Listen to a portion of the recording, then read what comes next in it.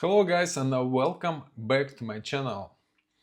This week is full of earnings and to be honest, the majority of them are the big disappointment, including the PayPal. Who knew that it's gonna be a replacement of CEO happening? Then Amazon. Yesterday after hours the earnings report was released and I think now before the market opened it's already down 10% or so on the news that they are going to spend roughly $200 billion as a capital expenditure. Then AMD, they reported quite a solid report, anyway plummeted 20%. Also I was following the company Novo Nordisk. What a big hit after the earnings report, 20% down, next few days down and down again. The news are really negative, the outlook is negative. So, and in between all those negative news, there was just a one bright spot. It's a company which I follow, small capitalization from Norway, Aker Solutions. And I've decided to make a video about it today because they released their earnings report just this morning and I had the chance also to ask a question to CEO of the company during the webcast, and they didn't disappoint, and I thought it's gonna be a lot of highlights in the YouTube about the Amazon, AMD, PayPal and other companies, but about the Aker Solutions there is not so much information in YouTube. So, and besides I'm interested in this section, in this industry, so I decided to show you some highlights about the company. First of all, just before the earnings were released, I discussed with Google Gemini what would be the catalyst to move stock up. So, and this is what I got. So this was the bull case scenario. This is what they had to achieve to be able to impress the investors, and everywhere they beat the bull case scenario. First of all, the revenue for the fourth quarter had to be above 16.5 billion and they beat by having the revenue 16.7. Then for the full year 2025, revenue had to be above 60 billions and yeah, they made 63.2 billion. By the way, it's all in Norwegian crowns. Then order intake, they had to have 15 billion plus, they made 19.6, and this one was very important. By the way, they did massive beat. Then order backlog in total, how much they've got, so they exceeded again. So dividend, again they raised it. It was 3.5 in the previous year, now it's 3.6 suggested. It's a subject for approval, but then anyway it's a positive signal that they're increasing dividends, and they've got policy 40 to 60% of their net income to return to shareholders, and they return in a form of dividends. Then net cash position, huge one, 3.7 billion, and this one is especially interesting for me because if you remember in my previous video I challenged myself by saying that in the next earnings report they are going to increase their guidance, because in the previous one they mentioned they are going to see 45 billion of revenue for the next year. However, since they reported it, I've seen multiple new contracts that they managed to get, and it just didn't make sense why they wouldn't increase it. And yes, they now provide with a range of 45 to 50 billion Norwegian crowns for 2026. However, one more interesting thing is when the Aker Solutions give the guidance for the next year, they are always or usually are very conservative. And if we track the history how they did it before, 2023 their guidance was beat by 12%, next year by 29%, this year by 15% beat. So when they say it's gonna be 45 to 50 billion, I believe it's going to be above 50 billion. And they're just trying to be on the safe side. They give such a range, but I'm pretty sure to see the number above that. Now let's have a look at the earnings report itself, and they start from the first slide saying that it was a solid financial performance, and it definitely was. And what was interesting for me, my very first look goes to the outlook and guidance, because what they earned now doesn't really matter much. The stock price and the let's say investability for the investors, everyone tries to look in the future, what's going to happen, are they going to perform well or not, because we are investing in the future of the company. So what they say, that revenue in 2026 expected to be between 45 and 50 billion, and as we discussed, it's just my personal opinion that they are going to beat 50 billion. As you can see here, this is the company's record in terms of revenue. So 2025 was the record-breaking one, and it's a good result. Now they made the bar for them quite high.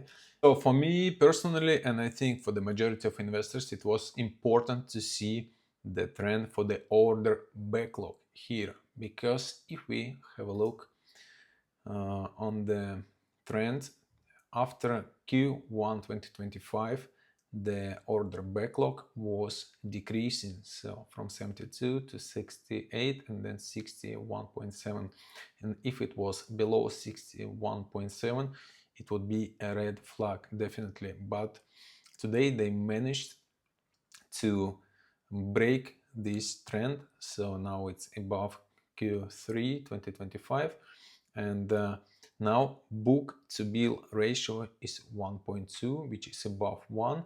That whenever the ratio is more than 1, it means that the more orders are coming in than are being finished. So the backlog is growing. This is a strong signal of future revenue growth. And it gives an examples that 1.2 coefficient today means that for every $100 of work they finished, they signed $120 of new work. Okay, here they say they've got the strong performance across segments. They basically got 3 segments of their business, renewables and field development, and this takes the majority of their business. You can see that roughly 45 billion comes from deals that this segment. Then they've got life cycle segment, and about 15 billion of Norwegian crowns comes from life cycle segment. And also Aker Solutions has a stake of 20% of the joint venture SLB1 Subsea, and Aker Solutions get also income from being part of this joint venture. Okay, here you can see how the company is widely represented across the globe. They've got projects all around the world. I paid attention to these points. It's projected that for the offshore wind industry in 5 years, during the 5 years starting from 2025, actually 4 years remained, the market outlook is going to double by 2030. And also carbon capture and storage segment is going to grow 5 times by 2030. If you remember, the company now is in a transitional process of moving from the oil and gas projects more towards the green energy. Let's have a look here.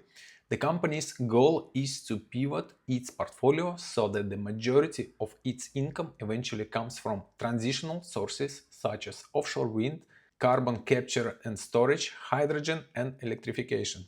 But the goal is to achieve 2/3 of total revenue from the so-called transitional sources. And when we have a look here, that the industry is expected to grow 2 times and 5 times for the offshore wind and carbon capture and storage segments accordingly. So it makes me think that the company is moving to the right direction. By the way, moving from the earnings report to quite a few news that might be important at this particular stage to mention. And let's have a look on the latest news. Google secures clean power from in BMW offshore wind farm. And here you can see that the German energy giant in BMW and US technology giant Google have entered into a long-term power purchase agreement for the supply of 100 megawatts of clean electricity from the He Dreiht offshore wind farm over a period of 15 years. So the massive giant Google is ready to have an agreement for 15 years from the offshore wind farm. Then if we go back just a few days before, there was a similar news where the Amazon also locks in 110 megawatts from RWE German offshore wind project. Again, the massive company making an agreement of getting extra power of green energy coming from the offshore wind industry. It definitely makes me think that it's a right momentum now when the company is trying to transit from the oil and gas related projects towards the green energy. Here we can see what they achieved for their life cycle segment. The numbers are here. They are mentioning as a positive, as an advantage that it's an asset light business model. Also, they show here their life cycle frame agreements up to 2035 and the companies which are involved. And with the blue rectangulars, you can see that it's a fixed period for the agreement, then light blue options, and they are tendering more here. So it's quite an extensive portfolio. Some of the fixed period are up to 2032. Okay, then here the company speaks about the joint venture of SLB OneSubsea, and so you can see the company owns the stake of 20% of this business, and this is what SLB OneSubsea achieved, and this is the dividends that were paid to the company. So this company is involved into subsea operations. Here we can see where the joint venture operates, the projects around the globe, and also we've got some projections that the global subsea equipment spending will grow 25% during the next already 4 years, which is not that massive in comparison with what we saw relating to the wind energy and carbon capture. So here in the outlook section, I'd like to pay attention that they mentioned solid financial position with attractive capital allocation policy, that they've got now net cash position of 3.7 billion of Norwegian crowns, and this is historically big amount of money what they've got. And this is why. Let's have a look. So that the current free cash flow yield forms roughly 20%, and it's been interpreted as being incredible. And this 20% of free cash flow is historically big for the company. You can see the historical data here. It was coming up all the time, and 20%, it basically means that in theory the company can buy itself back entirely just in 5 years.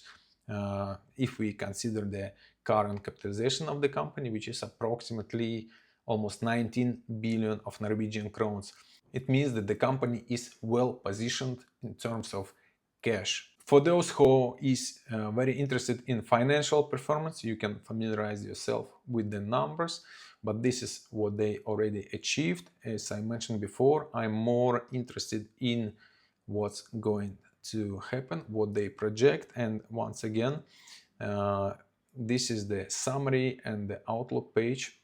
So as a summary, we mentioned already that they've got record high revenues in this year. Also, they've got a solid backlog of 65 billion Norwegian crowns, and that they also have solid financial position at the moment.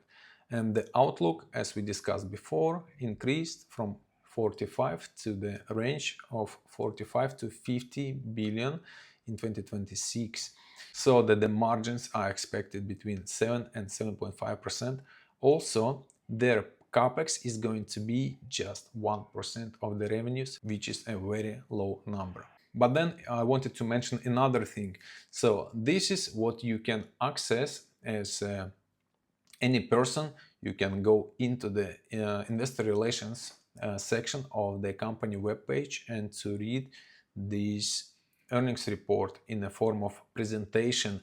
However, there is also a webcast usually that you can also take part in, and even to ask question to the CEO of the company or CFO, and if they have a time, they can answer your questions. And I've been taking part in this webcast. I was listening to what the management was saying about the companies, and also I had a chance to ask my question, and I've listened to other questions, and why sometimes it matters to listen to the earnings call, because there is always some additional information which you cannot find in this presentation.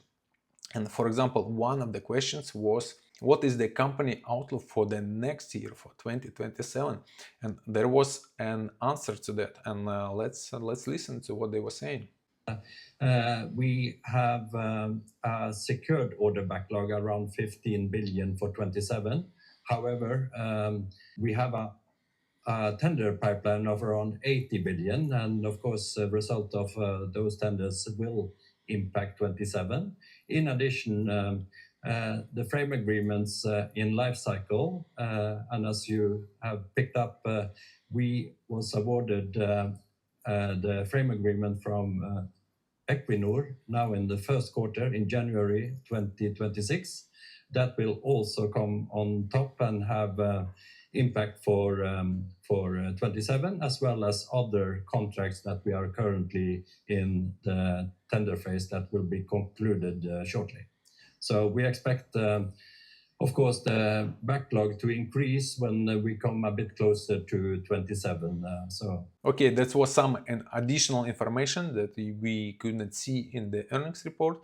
So it's good to know they already have a secured backlog of 15 billion of Norwegian crowns, and also they take part in the tender, which is up to 80 billion Norwegian crowns. They will definitely update us during the next earnings reports how is it going, but so far it's quite a nice perspective for me. And also, let's have a look. There was my question, which they replied. If you were watching my previous videos, I paid quite a lot of attention to the wind industry, just because the sentiment was so bad because of the Trump administration, because there was so many projects cancelled or postponed, and as the company Aker Solutions is moving towards to the green energy, for me it was important to know how the company plans to work in that part of the world, in USA. And and this is my question. Let's have a look. Next question, how do you look at the potential future projects in the USA, especially in wind industry under the Trump administration? Did the sentiment change after the recent rhetoric? Well, it's quite obvious that the sentiment and the opportunities in this period of Trump administration has changed. And our role in this is obviously to work closely with our key clients, and they are looking at changing focus just now. That has been seen, and particularly towards Europe, and back to what we are tending for and potential projects. That's where the major wind opportunities are currently worked on from our side. Back to US, we do have office in US and with a consultancy and enter focus, and there we are working on exciting new opportunities around, for instance, CCS, but also within classical oil and gas industry. And just to make another connection, those kind of jobs in the US, particularly onshore, is also supported from our experienced Indian engineering muscle. All right, that was my question, and basically they say that they continue to collaborate with the US clients, and the business is going on, and I was happy with the answer. So after the earnings report was released, the company gained almost 8% at the time by making this video, so hopefully they will go on. I'm personally happy with their performance.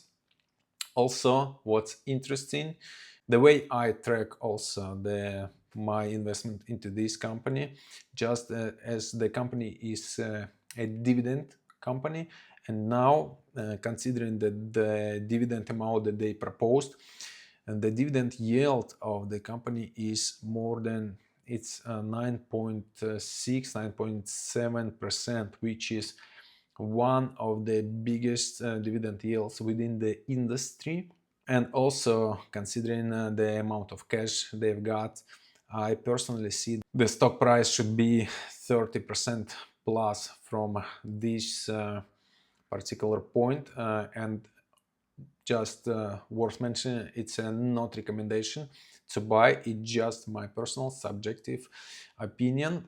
It's worth mentioning that I've got more and more interest in following such relatively small companies which are not that famous, which don't have so much attention from the Wall Street. The analysts are not disturbing with their estimates and not making the markets move up and down just because of what they think.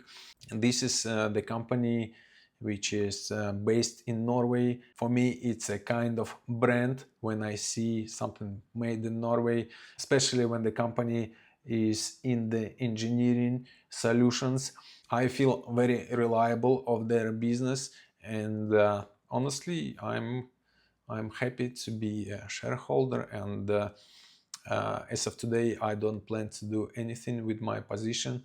I'm not going to sell or increase my position. I'm going to keep it as it is, and I'll keep on following what's going on in the company in particular and in the green energy as such, and what's going on in the subsea, wind energy, carbon capture and storage, and we'll see how the company will perform in the future.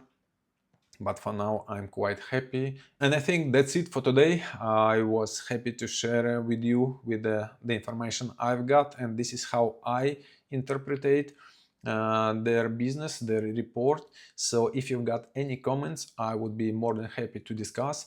Maybe I don't see something that you can see, and let me know in the comments, and we could follow our discussion in the comments section.